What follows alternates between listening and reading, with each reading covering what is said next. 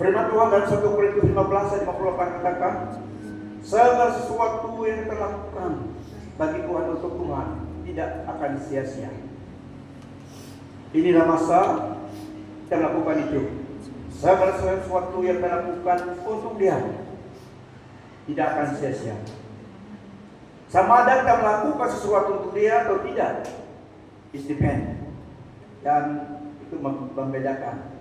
Tapi segala sesuatu yang kita lakukan untuk Dia tidak akan sia-sia, kata firman Tuhan. Dan memimpin kita kepada topik mahkota, the crown of life. Ada 5 yang akan kita bicarakan daripada firman Tuhan yang kita akan terima daripada Dia setelah kita melakukan investment pelayanan untuk Dia. Segala sesuatu yang kita lakukan untuk Dia, kita yang menerimanya daripada Dia, ya. So di dalam firman Tuhan, crowns ataupun mahkota melambangkan upah daripada Dia kepada kita. Dan di dunia, crown ataupun mahkota melambangkan dan diberikan kepada authority figure di dunia ini sebagai raja untuk memerintah, karena itu sign of authority to rules di dunia ini. Ada yang menggunakan mahkota itu. Dan di dalam spiritual aspect juga, mahkota adalah melambangkan upah yang Tuhan akan berikan kepada orang percaya tertentu menurut perbuatan mereka kepada Dia. For their service to Him, the King of Kings, He will reward His servants. Amen. Mahkota. Yang pertama, mahkota kehidupan.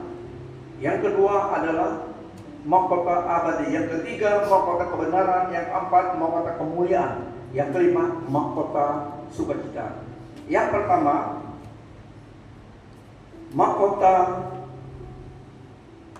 kehidupan. Ini dalam firman Tuhan dalam Wahyu 2 ayat 10. Pertama, ini adalah mahkota kehidupan, the crown of life. Wahyu 2 ayat 10. Janganlah takut terhadap apa yang akan kamu deritai kelak. Ketahuilah iblis akan mengembangkan sebilangan daripadamu ke dalam penjara dan untuk mengujimu. Kamu akan menanggung kesengsaraan selama 10 hari. Setialah sampai mati, maka aku akan menganugerahimu mahkota hidup sebagai ganjaran kemenangan. So, setiap ujian yang Tuhan izinkan dalam hidup orang percaya ada makna, ada maksudnya untuk kebaikan orang itu, untuk kebaikan kita. Ya, setialah sampai mati, maka aku akan menganugerahi mahkota hidup sebagai ganjaran kemenangan. Ini yang pertama, mahkota kehidupan diberikan kepada orang yang setia kepada Dia, sehingga mati juga mereka tetap setia kepada Dia, tidak mau menyangkal Dia, tapi mereka setia kepada Dia. Dan persecution ataupun kesengsaraan di dunia ini yang orang percaya hadapi memang ada, tapi sementara. Everything under the sun sementara. Baik juga persecution. Di sini 10 hari. Yang Tuhan tuntut adalah kesetiaan. Banyak orang percaya di tempat negara yang pemerintahannya tidak percaya pada Tuhan ataupun melawan perintah prinsip Tuhan. Seperti China dan di mana-mana dunia ini, Tuhan make sure ada orang percaya di ketaan situ. After all, the bumi ini miliknya Tuhan. Dia pastikan setiap every continent God bless His people to be His witnesses to those around them. Di Iran juga banyak gerakan orang percaya di Iran. Karena ancaman yang pergelotan yang ada di negara mereka, mereka mencari makna hidup. Mereka bertemu Allah yang benar, Yesus Kristus. So banyaklah mereka coming back to God, the true God, Jesus Christ. Kalau kita lihat berita daripada badan-badan yang dalam area itu, bukan World Bank, yang melakukan pelayanan.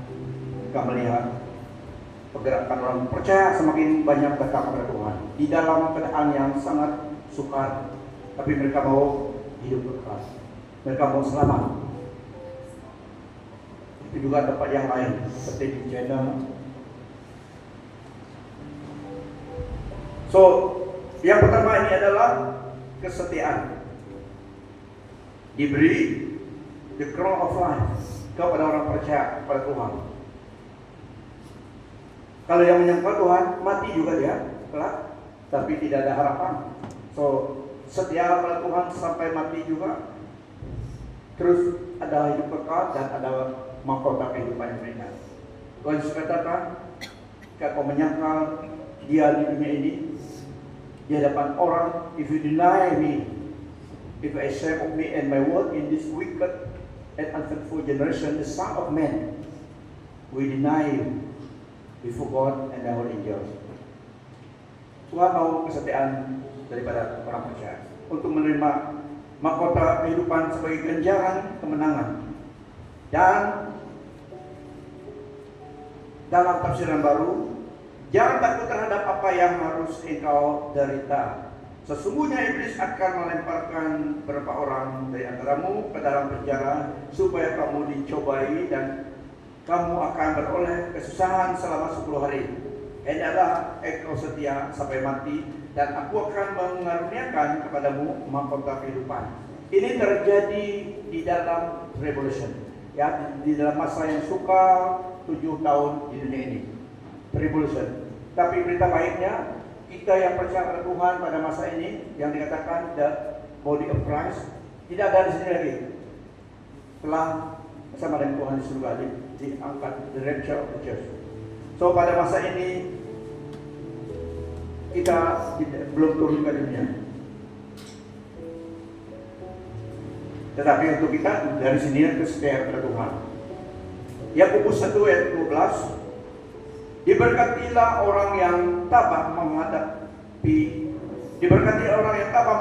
cobaan. Apabila mereka berjaya menangani cobaan itu, mereka akan mendapat mahkota kehidupan yang telah dijadikan Allah kepada orang yang mengasihi Dia. Apakah dia betul-betul percaya, betul-betul akan setia memberi kita mahkota ini? Betul. Amen. Karena dia mampu dan dia sanggup, karena dia berjanji dia akan melakukannya. So, siapa yang mau mahkota kehidupan? Ini caranya, setia kepada Dia yang akan memberi mahkota ini kepada orang percaya. So, kita bukan selamat saja di surga, tapi kita juga dianugerahkan mahkota kehidupan. Karena di dalam hidup kita waktu di dunia ini kita setia kepada Dia. Dalam apapun cabaran yang mungkin kita hadapi, kita tetap setia kepada Tuhan. Yang kedua, mahkota abadi, incorruptible crown. 1 Korintus 9 ayat 25. Tiap-tiap orang yang turut mengambil bagian dalam pertandingan menguasai dirinya dalam segala hal. Mereka dibuat demikian untuk memperoleh suatu mahkota yang fana, tetapi kita memperoleh suatu mahkota yang abadi. So, mahkota yang abadi. Di dalam pertandingan, seorang harus menguasai dirinya dalam segala hal. Di dalam Olimpik, di dalam SEA Games dan pertandingan-pertandingan yang ada di dunia, di suka-sukanya ada di dunia ini, mereka disiplin dan menguasai diri mereka di dalam latihan dan semuanya. Tetapi mereka berbuat demikian untuk memperoleh suatu mahkota, satu trofi yang fana, maksudnya pada yang tidak kekal, yang tidak abadi.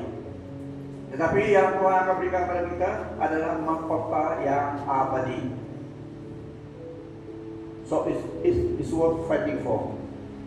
Hidup ini is worth fighting for. Untuk mendapat mahkota yang abadi, mahkota yang kedua ini diberikan kepada siapa saja.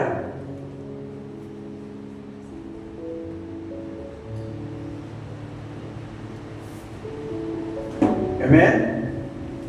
Sebab mau mahkota ini caranya. Nama mahkota ini juga adalah imperishable crown, mahkota abadi. Ini represent victory over sin and the flesh, emphasizing the need of self-discipline dan perseverance dalam kehidupan orang Kristen. Untuk mendapat crown ini, karena ini adalah mahkota kemenangan, mengalahkan dosa, mengalahkan keinginan daging, mengalahkan sesuatu yang akan merampas iman kita, dan memerlukan kita perlu self-discipline. Seperti dalam sukan harus disiplin diri, suka layak menerima ikut pertandingan dan juga menerima mahkota itu. So, kesabaran dalam kehidupan orang Kristen menerima mahkota ini, karena ini mahkota kemenangan, mahkota abadi. Terus merungut, tidak terima ini, ya. Kalau suruh bersih sapu gereja, kalau itu pun marah-marah, tendang prinsipal, tidak dapat terima mahkota ini. Ini perseverance. Mahkota ini diterima, kemenangan atas diri kita yang menentang kehendak Tuhan. Victory dan disiplin diri, setia kepada Tuhan dan disiplin diri sebagai orang percaya diberi mahkota abadi ini, sign of victory dari Tuhan. Yang ketiga adalah mahkota kebenaran, crown of righteousness. 2 Timotius 4 ayat 8. This crown is associated with living a righteous life and loving God appearance, yang mau menantikan kedatangan Tuhan. Mahkota kebenaran. Rasul Paulus berkata, setelah dia mengakhiri perjuangannya, dia tahu masanya tidak akan lama, dia akan balik ke surga, karena tugas pekerjaannya di dunia ini akan selesai. Aku telah mengakhiri pertandingan yang baik. Aku telah mencapai garis akhir dan aku telah memelihara iman. Sekarang telah tersedia bagiku mahkota kebenaran yang akan dikaruniakan kepadaku oleh Tuhan, Hakim yang adil pada harinya, tetapi bukan hanya kepadaku, melainkan juga kepada semua orang yang merindukan kedatangannya. Yang rindukan kedatangan Tuhan. Sibuk-sibuk pun kita ingat pada suatu hari kelak semuanya akan tinggalkan juga, tapi balik kepada Tuhan. So ini masa investment, ini masa kesempatan itu. Kalau selepas melakukan kesempatan di sini, tidak akan diambil lagi, akan berlalu. FBB, aku telah berjuang dalam perjuangan mulia ini. Aku telah sampai ke garis akhir. Aku telah setia dalam iman. Sekarang mahkota perbenaran telah disediakan untukku. Tuhan Hakim yang adil itu akan mengaruniakannya kepadaku pada hari itu, bukan kepadaku saja, tetapi kepada semua orang yang merindu kedatangannya. Mahkota kebenaran. Yang keempat, ada 5 mahkota pada pagi ini dalam firman Tuhan kita bahas. Yang keempat adalah the crown of glory, mahkota kemuliaan. Mahkota ini diberikan kepada orang percaya yang faithful. 7 doors long. This crown is given to those who faithfully 7 doors long. Dalam 1 Petrus 5 ayat 4. Jagalah jamaah Allah. Ini dalam FBB. Jagalah jemaah Allah sekitarmu seperti gembala menjaga kawanan domba. Awasi mereka. So ini ini tugas yang menjaga welfare dan semua awasi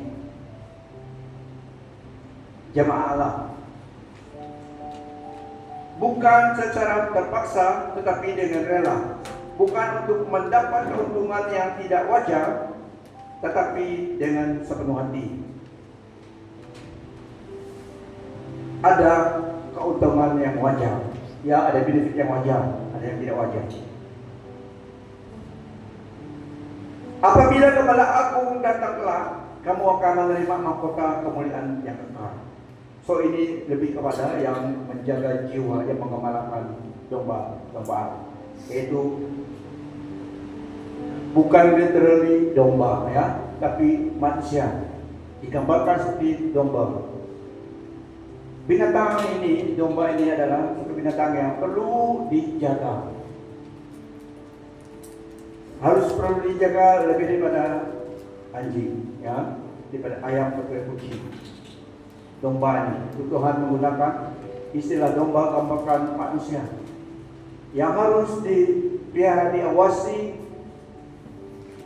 very innocent, very naive, harus dijaga, dididik, dipelihara, diawasi oleh firman Tuhan.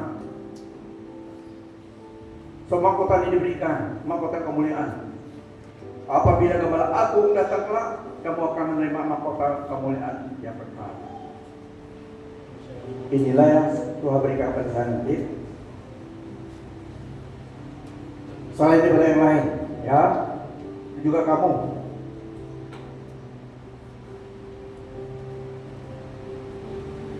Mahkota kemuliaan, God's flock, domba Allah, anak kawanan domba. Awasi mereka,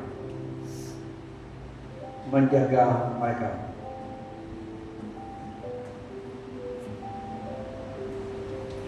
Yang kelima, mahkota kesukaan, crown of rejoicing. This crown is given to those who lead others to Christ. Mahkota ini, upah ini diberikan kepada orang yang memimpin, membawa jiwa datang kepada Tuhan. A soul winning crown. Mengenang jiwa menerima mahkota ini.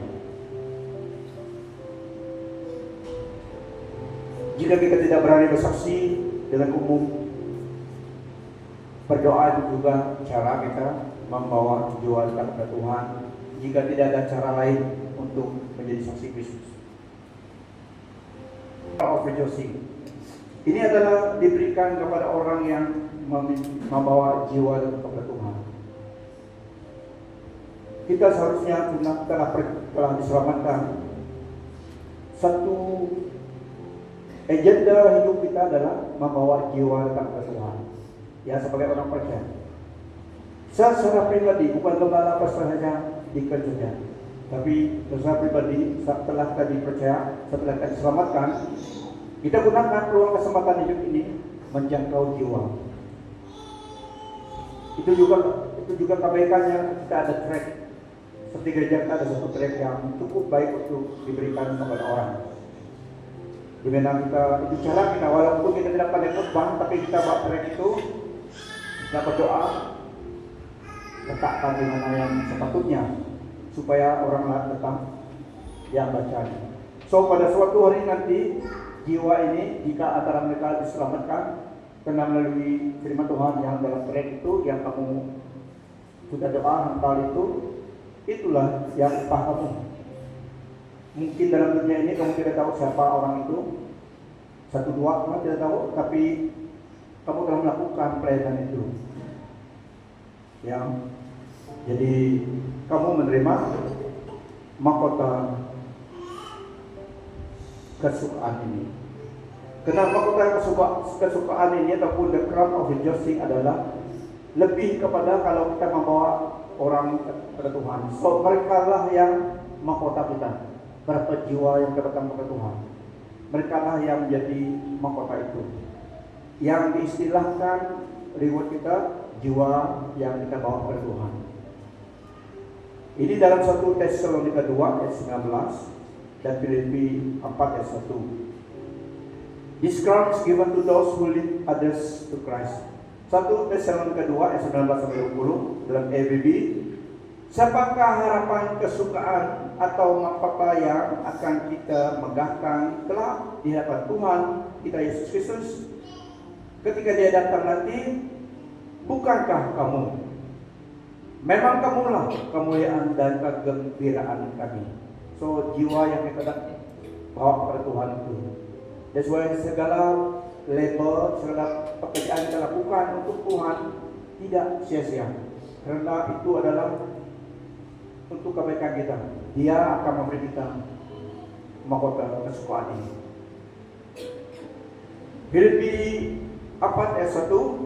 Oleh itu saudara-saudaraku yang dikasihi dan dirindui, yang menjadi kebahagiaanku dan mahkotaku, berdirilah dengan teguh dalam Tuhan, wahai sekalian yang kusayangi. So mahkota kesukaan ini adalah berbentuk jiwa-jiwa yang kita bawa kepada Tuhan, yang membawa kepada Tuhan di dunia ini. So segala sesuatu yang dilakukan kepada Tuhan, untuk Tuhan tidak apa, termasuk perbuatan-perbuatan kita supaya orang datang kepada Tuhan, perbuatan baik yang bersifat supaya orang itu datang kepada Tuhan. Beri pertolongan kepada orang yang di jalanan yang betul-betul perlu pertolongan. Beri, dan juga kalau ada peluang injili mereka, supaya yang target kita adalah bukan saja menolong dan itu saja secara fisikal, tetapi supaya hidupnya dirubah. Karena apa gunanya kalau dia dibantu tetapi dia terus begitu, diberi bantuan 10 ringgit untuk beli rokok, next day aku jumpa dia minta lagi. Tiap hari dia beli rokok. Tidak. Tujuan kita beri bantu dia pada sungguh-sungguh memerlukan. Ultimately supaya dia datang mengenal kabar baik. Ya. So itu yang baiknya juga kalau ada teks kita beri kepada dia. Karena tidak banyak kita yang sangat vokal, sangat berani berbicara tentang Tuhan kepada orang lain. Lebih banyak yang berani berbicara tentang huru-hara di dunia ini daripada memberitakan tentang keselamatan dan Tuhan Yesus kepada manusia. Ya, satu kenyataan. Tapi supaya orang percaya, kita target sharing opportunity untuk sharing ataupun berdoa untuk orang yang memerlukan. Tapi kalau dia mau, kalau tidak mau, tidak apa. Lihat kawanmu sebelah kanan kiri.